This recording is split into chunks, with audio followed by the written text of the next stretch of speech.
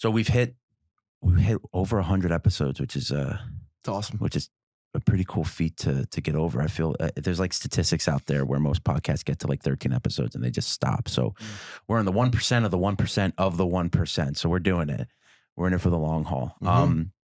But because of it, there's a lot of great things have come from it, right? Like people are starting to interact. A new book was done or is in the process of being created. But from that new book, Matthew, now those of you that have listened to the podcast from the beginning, Matthew's been brought on. I believe you were on one episode. No, you haven't been on this the first time. No. But Matthew gets brought up time and time again. And he's actually in the process of it's actually a pretty long, substantial book. He's in the process now of writing a book called Faster Accomplishments. And I think it'd be good to kind of I've never written a book, right? I feel like that takes a lot of time, a lot of effort from Randy, who's in the process of writing his second book, Matthew in the process of completing your first book. I think it'd be cool to kind of walk through the process, the steps, what it takes mentally. Why are you writing this book? What is it that made you say, you know what, I'm going to take the reins on this and kind of kick it off from there? So I hope I did a good job at introducing you in a way. And 100%. Yeah. So let's talk about it, man. Let's talk about Faster Accomplishments. What is it that got you to kind of kick this off and to high gear here? I think there's two main reasons. And I think the first is because I got through college pretty quick. As you know, I finished my MBA the week of my 20th birthday. I was technically 19. Well, those of you that don't know, I didn't mean to cut you off. He's 22, by the way. Yes, he's not 22. like he's my age 30. He's not Randy's age. We'll call Randy 32. It's awesome. Matthew just turned 22. So he's just recently. So he's been in this process since he's 18, 19 years old. So pretty insane accomplishment to have at a 19-year-old kid. So yeah, I appreciate it. Don't call you a kid. No, it's all good. It's all good. I don't think I should be an anomaly though. I think a lot of kids could get through college faster. I don't think it takes 4 years to get a bachelor's degree. Interesting. And the second reason is because I think today we place far more value than we should on length of experience with regards to years. We put boxes around experience and say, well, you need 5 years of experience in order to get promoted, 3 years to get the job in the first place. I don't think that should exist at all. We shouldn't be looking at experience through a chronological lens. We should be looking at it through a lens of objectives. Mainly through KPIs, as we call them in the corporate world, key performance indicators, lining those up. If you need to do, let's say, $50,000 in sales, and it's through a 3-year period, if you get that done in 18 months, should you still have to wait for promotion for another 18 months? I faced a very similar scenario to that in my first job. And if you look at the chronological lens, you're not allowing people to go past the status quo, and you're not encouraging them to do the best they can in the shortest amount of time, and then move on from there because you're boxing them into a chronological lens. Interesting.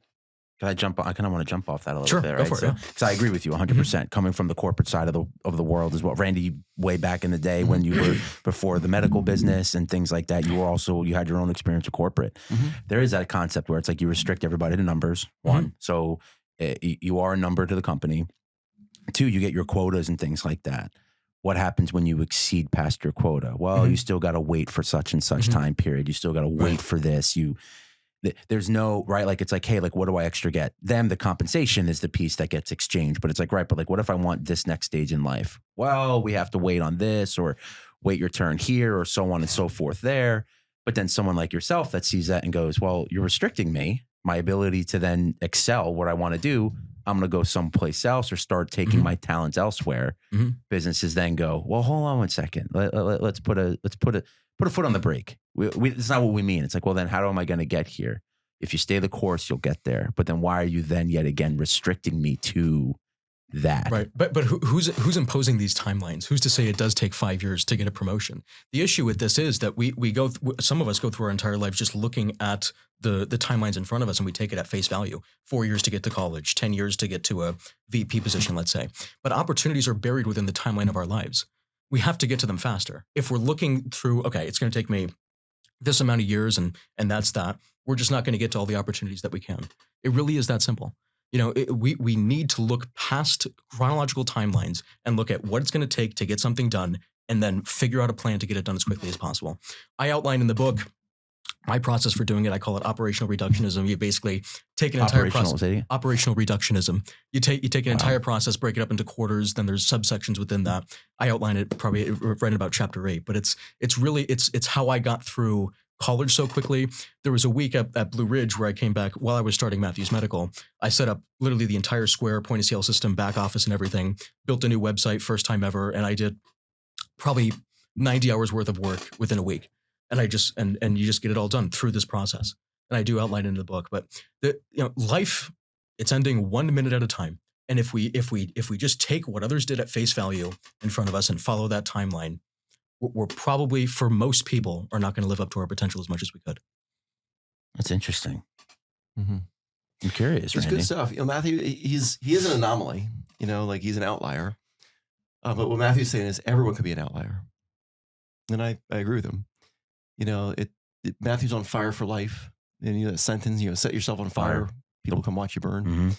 Mm-hmm. Even Malcolm Gladwell wrote a book called Outliers.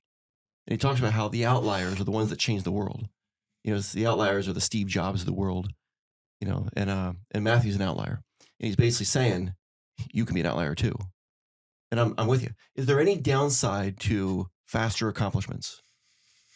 It's a good question. With major commitments, I wouldn't get married just to say that you're married. Mm-hmm. It does take time. You do need shared experiences with someone in order to get married. For example, is there a downside? Yeah, I was very, very fast with getting Matthews Medical started up, and within a year later, you probably did that faster than anyone in the history of the world. Yeah, I drove to Harrisburg twice. Right. I was in the office of the Pennsylvania State Department, whatever it took. For real, I remember coming to the winery, and I'm like, "What are you doing?" He's like, "I'm getting ready to drive. What was it, North Carolina?" Oh, I did. Doing a 12-hour trek to North Carolina. After you get accredited, then you submit the application to the Medicare administrative contractor in Camden, South Carolina. That's what it was. Yep. Mm-hmm. And I didn't even want to wait to ship it. I got in the car, drove 11 hours to South Carolina. Excuse me. It's conviction.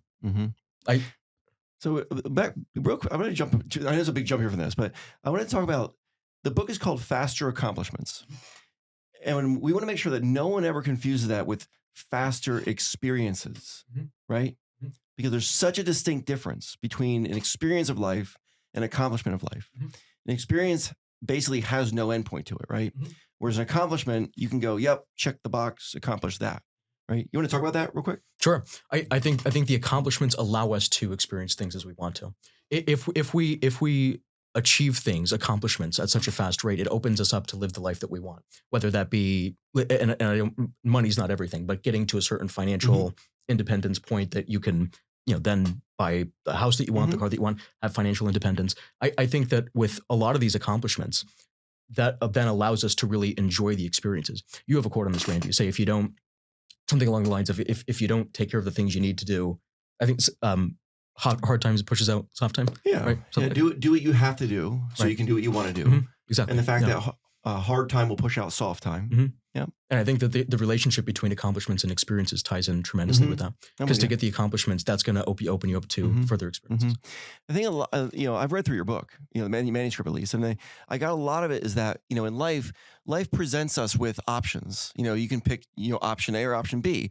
Matthew's saying that there's also option C, D, E, F, G, H, I, J, K, and it goes on forever. There's 1,000 options. But what he's saying is, don't just fall into going, all right, so this is the way everyone's done it. This is the way I'm going to do it. Because there's 1,000 ways you can accomplish things. And I love it. Basically, it's that sentence. Anything's possible. Use it to your advantage. And can you get it? If I were to say to someone, is it possible to get a 4-year degree in 11 months? Most people go, I don't think so. I don't know if you can condense it that tight. They go, well, that's not true. Let me put the light over here on Matthew. Mm-hmm. If I were to say, is it possible for someone to get an MBA in 6 months? They might go, yeah, that one's possible. 6 months after the bachelor's degree. 6 months, right. If you said to get a master's degree as a teenager, most people would say, no, that's not even possible. Yeah, 19.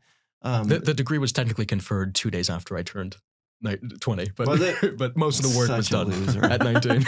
Yeah, you're such a loser, man. Come on. You couldn't do it in your teens. Oh my God, are you kidding me? Son of a gun, Matthew. Take the headphones off. That's so funny. Really good stuff. You're an extremely analytical person, though, right? Is it? Again, I'm making the assumption. We've worked together, so again, I'm not making the assumption in some sort of. It's just you're very analytical. Your time is valued. You value your time very 100%. well. I would say that. Yeah. And everything that you do is designed to get you to that next stage in your life. Mhm. And it's something I think people should strive for, because people don't do that. It's challenging, right? Not many people can, again, complete a master's degree 2 days before they turn 20, whatever it's just not something that happens. I like how you bring up and even with option A or option B, for some reason, I always ask you, like, where did we go wrong? Like, where did that happen? Because it's true, option A, option B, but there's still C, D, E, F, G. There's not one way to skin a cat, in other words to say. When did you make that distinction? Because it happened, something had to have happened to you in your life where you were like, well, there's got to be more than 2 options. There's no way I can only juggle 2 options here. There has to be a C or a D, the way out, maybe, to say. Was there a pinnacle moment for you? Maybe it was during school. Maybe it was during work, where you were like, you know what? I'm kind of fed up with this 2-way street here, when I know there's multiple ways to go about going to do this. I would say that realization happened when I was in high school, and I don't detail the catalyst really behind it until the end of the book. It'll be in there for a surprise. But yeah, let's not spoil the book then. No. Got it. But I would say in high school I wanted to really stand out, and it was a matter of just deciding to do so. To do so one day. Began taking summer courses that following summer, and ended up graduating high school with 62 college credits. So it's really making it's the decision that I don't want to be in the people pile, as John Maxwell puts it. I want to get out of the people pile. I want to the rat race. Yeah, exactly that. Exactly that. And who's to say that you do, like, the traditional path of going to college for 4 years and then 2 years for a master's degree and X amount of years in, let's say, a corporate job? Who's to say that's the only way? I mean, obviously we know that it isn't. So it's a matter of creating your own path, and that catalyst of getting out and staying out of the people pile.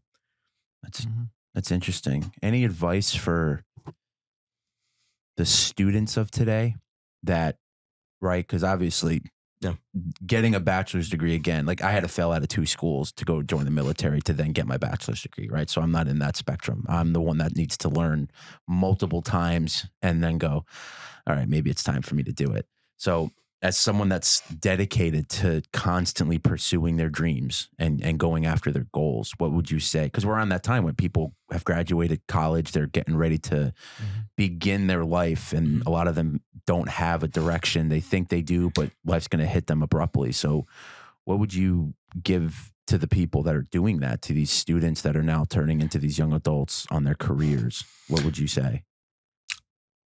Don't fall into the trap, as we talked about earlier, of knowing that it's going to be X amount of years in order to get something done. I know a lot of kids who were coming out of high school and they say, I don't want to spend 4 years getting a bachelor's degree and all the time with room and board. Then don't. But that option isn't set enough. It's 4 years, $30,000 a year in room and board. At some schools, like where I went to East Stroudsburg, room and board is more expensive than the actual tuition itself.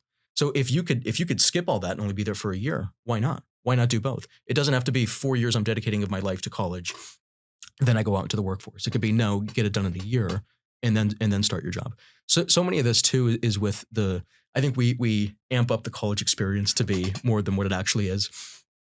You can still go to parties. You can still be friends with the kids that you graduated high school with. But imagine showing up in, I don't know, let's say a new car that you paid in cash for because you're making $60,000 a year at your job because you got through college in a year and they're still in their sophomore year of college. Imagine that. Interesting. Let's look beyond the timelines and look to see what could we do in unconventional timelines and as quickly as possible.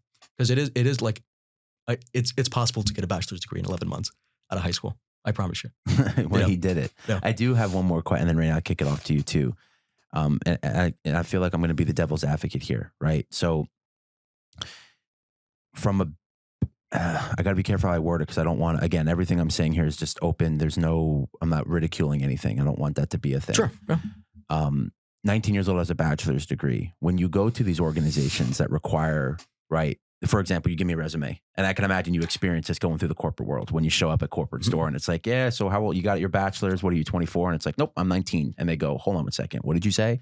Right. I feel like that, I don't even know what the terminology would be. Ages, right? Like, what do you feel like that has some sort of course, right? Like there's some sort of burden behind that, because you're going to a company like, I did all this in a year. This is why I should be hired. That's the issue with a lot of companies today. You'll see on LinkedIn, we want an entrepreneurial spirit. We want people who think outside the box. But I think I was actually in my younger years, 3 years ago, was pretty much the ideal example of that. Getting the bachelor's degree so quick. Yet all the jobs I applied to, I got denied from almost instantly. So I think if you have somebody that does get through a degree program, 2-degree program so quick, and they're still getting denied, we have to look at the requirements. It's that years of experience requirement. How old you are. We have to look beyond that, and we have to say it doesn't matter how much time has passed. What did you accomplish, and does that make you valuable? Because I would honestly take, and again, I'm not hiring anybody right now. I don't have a business that I'm running, but I would take someone who got a 4-year degree done in, let's say, 2 years or a year over somebody that took the conventional path. You can make the argument that, the other person has 2 more years of maturity, but don't you gain maturity and responsibility from loading yourself up with responsibility and moving forward with that in the first place? I mean, we need to do away with the chronological time requirements, and as soon as we do that, it opens us up to bring in people to the workplace that are extremely motivated, want to get things done fast, and they've shown that. But if we keep up the thing of you need 3 years in order to get hired in the first place, those people are going to be missed out on. So I've always challenged that too, because I look at LinkedIn sometimes and it's like an entry-level job. You must have 3 years of experience. It's like, well, how on earth am I going to get the 3 years of experience for an entry-level job? Like, where is that? You know what I mean? So I could definitely relate to that. Where it's the closed loop without the on-ramp to get on. Yeah, it's just verbiage that people put on there to achieve some sort, whatever it is. And it's like, well, how can an entry-level job require 3+ years of experience if literally in the description it says this is an entry-level job? Like, how are you having someone do data analytics as an entry-level job outside of going to college, and then you need 3 years of requirement to get there? That's the distinction I've never had. I've always had difficulties trying to get together. But who's to say what a year of experience is? Like, within 1 year, I started up a medical supply company, sold it, and worked at Blue Ridge. Doing side projects as well. Is that 1 year? Is it 2 years? What is a year of experience? When we're outsourcing on a timeline instead of looking at the key performance indicators and saying what was done and, okay, does this make you qualified for the role? But when we rely on timelines, Are you saying you're taking what would normally take you've gained 4 years of experience in a year? You could say ideally. That. I don't know if I have a general metric for measuring how much experience, how many years was done in that, but I don't think it's a year of experience, to starting up a medical supply company and working somewhere else as a consultant. But according to, if you're just looking on a chronological lens, yes, it is a year, but I've gained so far more than that. Absolutely. And, if you work 100 hours a week for a year, is it really worth 40 hours a week, in a regular year? Like, there's so many different formulas for this. If we drop the chronological lens, we'll be good to go. It's an interesting take. Randy, I'm always curious to... It's funny. It's almost like the book can almost be called Quicker Experiences, Faster Accomplishments. Good. Right. Because that's what you're getting at. The book really is about time when you think about it. It's about condensing time and using your time wisely. The book is about time.